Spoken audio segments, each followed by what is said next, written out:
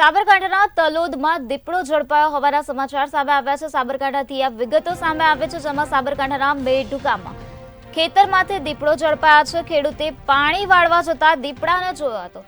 દીપડો દેખાયા બાદ ખેડૂતે ગામમાં જાણ કરી હતી। દીપડાની જાણ વન વિભાગને કરવામાં આવી હતી। વન વિભાગની ટીમ એ દીપડાને પકડી પાડ્યો છે। તો દીપડાએ હુમલો કરતા 3 ખેડૂતોને ઈજા પહોંચાડી હતી।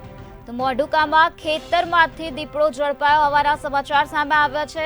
સાબરકાંઠાના તલોદનો આ બનાવ સામે આવ્યો છે, જેમાં સાબરકાંઠાના તલોદમાં દીપડો ઝડપાયો છે।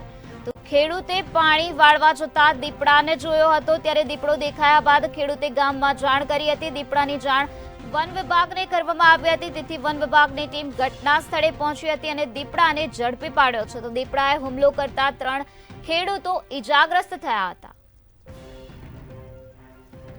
તો આ સમગ્ર ઘટનામાં દીપડા દ્વારા ખેડૂતો પર હુમલો કરવામાં આવ્યો હતો, જેમાં હુમલામાં 3 ખેડૂતોને ઈજા પહોંચી હતી। તો ખેડૂત ખેતરમાં પાણી વાળવા ગયો હતો, તે દરમિયાન ખેડૂતને દીપડો દેખાયો હતો। ખેડૂતે આ બનાવ અંગે ગામને જાણ કરી હતી, ત્યારે દીપડાની જાણ વન વિભાગને કરવામાં આવી હતી। વન વિભાગ ઘટના સ્થળે પહોંચ્યો હતો અને વન વિભાગની ટીમે દીપડાને પકડી પાડ્યો છે।